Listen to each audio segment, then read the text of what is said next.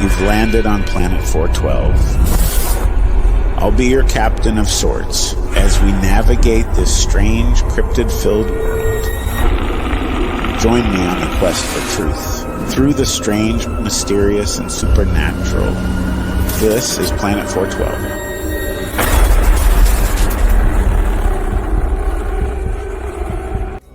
Thank you to ETS for sponsoring the 412.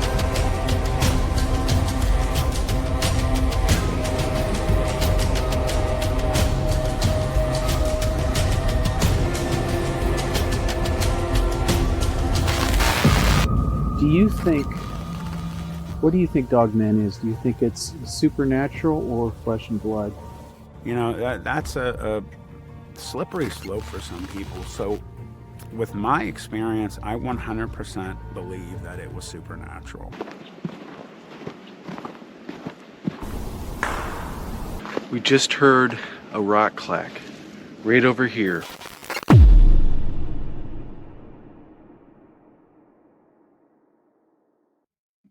On November 19th, 2015, around 10 p.m., a man in a quiet suburban neighborhood stepped outside to roll his trash cans out for pickup. The night was chilly, and he carried a small flashlight to see his way. Normally, it was a straightforward routine: grab the cans, walk them out to the curb, lock up, and head back inside. But as soon as he slipped through the back gate, a strange tension filled the air. He hauled one can behind him, walking backward. Then, when he moved past the fence and aimed his flashlight toward a neighbor's garage, he spotted something. 20 feet away, crouching low, was a huge wolf-like creature staring at him. He froze immediately. The flashlight beam caught its eyes, a bright, vibrant yellow. His mind raced, thinking maybe it was some trick of the light. But the figure stayed put, massive and very real. The eyes, they did not stop glowing even when he pulled the flashlight down. Time seemed to slow down for him. In an instant, random thoughts flashed: the unopened mail on his kitchen table, errands he had planned for the weekend, even memories of his family gatherings. It felt surreal, as though he was trying to remind himself that everyday life existed despite this bizarre, terrifying encounter. The wolf creature's fur appeared charcoal gray, close to black, with short hair that clung to a muscular frame. It was around 8 feet tall and maybe 3 to 400 pounds. He noted it was oddly narrow, though, at the waist, but had huge, powerful limbs. As he locked eyes with this thing, it suddenly shifted onto all fours. With the single leap, it cleared the neighbor's 12-foot wide driveway, landing effortlessly on the other side. This was a normal suburban street. Rows of similar looking homes, short fences, and trim lawns. People only complained about small pests or roaming house pets. Never anything like this. It was beyond unsettling. The man realized that until that moment, it had never crossed his mind to be afraid of what might lurk just outside his sight in his own neighborhood. His instincts took over. The instant the creature vanished from his sight, he dropped the can and dashed back into the house. In his rush, he nearly tripped on the back steps, but scrambled to the door, lungs burning from panic. He locked the deadbolt, then sprinted into the bedroom to grab his firearm. His heart pounded so fiercely it echoed in his ears. He briefly wondered whether to call the police or maybe animal control. But describing a gigantic wolf thing would be making him sound like some crazy, ridiculous person, right? I mean, he would tell them it was on two legs like a person, literally. It ran like a human, but ridiculously fast. And the eyes, how do you describe eyes that even when you pulled the flashlight away, there was still shining coming from its eyes? It wasn't eye shine.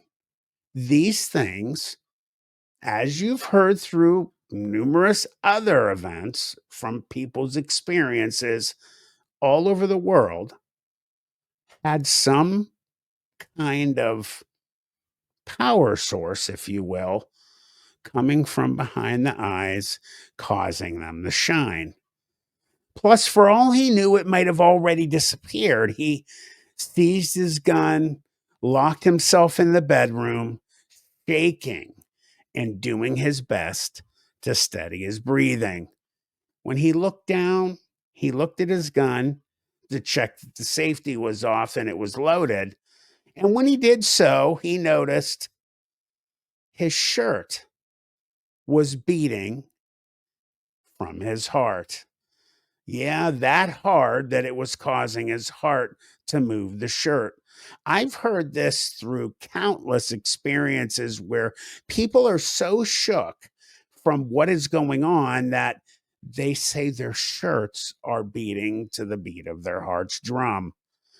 The adrenaline had him shaking from head to toe. There was no chance of sleeping after that. He planted himself on the floor, leaning against the bed, flashlight in hand, eyes darting from side to side, from the door to the window to the ceiling to any noise he could hear, waiting for those sounds or movements outside to alert him this thing was coming. Much later in the night, maybe close to dawn, he heard a gust of wind rattle the backyard fence. Tree branches scraped the exterior walls. Each noise sent a jolt through his system. He kept picturing this creature creeping in the dark, circling the house, seeking a way in. Over and over, his mind replayed the moment their eyes met. What haunted him the most were those piercing yellow eyes, lit from when the flashlight hit them and when he took them away. They were too bright, too predatory to be a normal reflection. He couldn't stop imagining that gaze fixed on him. He found himself questioning his own sanity. Was it really a werewolf, a dog man, some sort of cryptid? The memory was too sharp, too detailed to dismiss as fantasy. The monstrous height, the powerful leap, the clang of the claws on the concrete. Each element fit into a cohesive, horrifying whole. He finally got enough gumption, if you will, to look out the window, half expecting to see paw prints in the moonlight, but it was just his yard, silent and empty.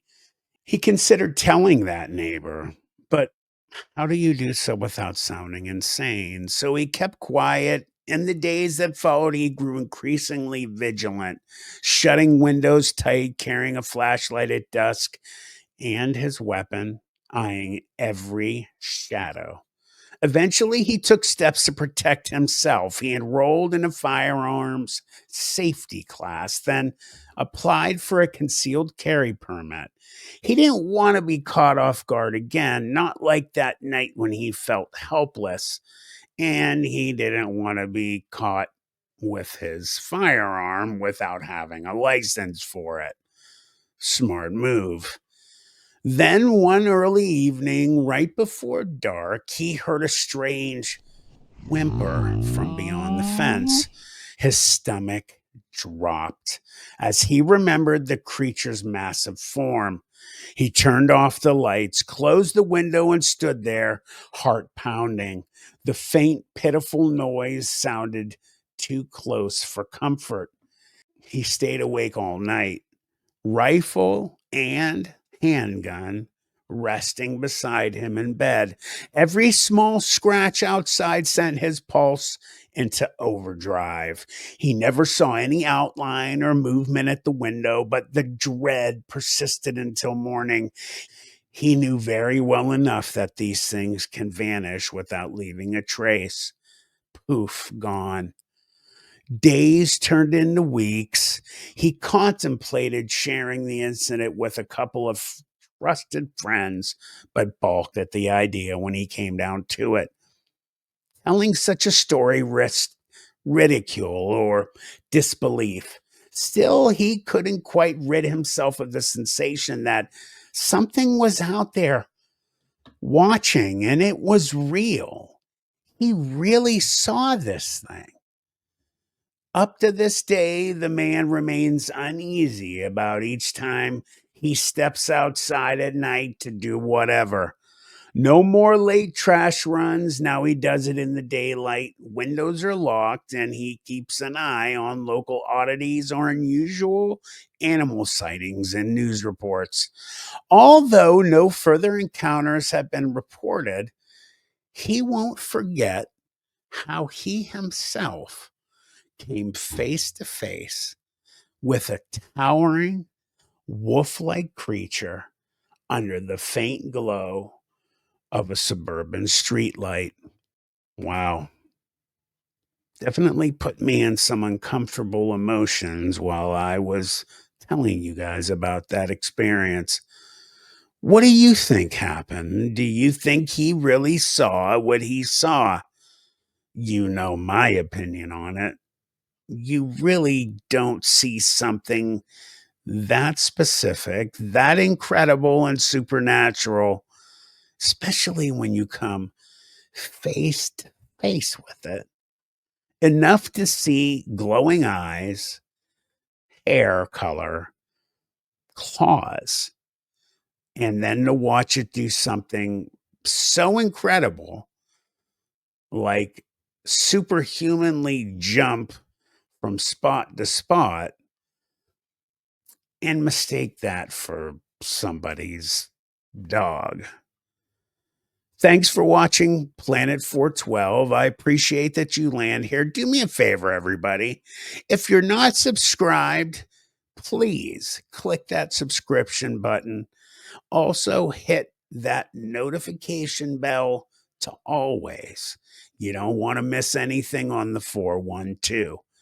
Take care, everybody. Thanks so much for tuning in. Don't forget to like and subscribe, as it greatly helps out the channel. I'll see you next time on Planet 412.